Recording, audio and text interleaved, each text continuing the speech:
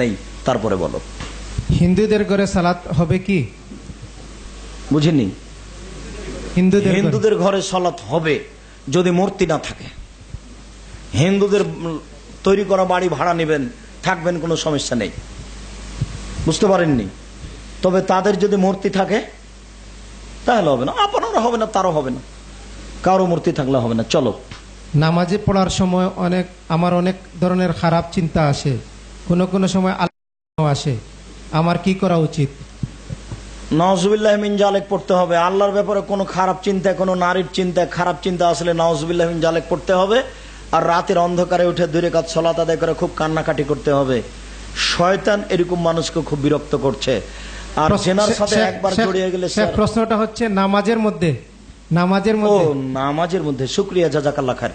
সালাতের মধ্যে যদি খারাপ চিন্তা আসে তাহলে বাম দিকে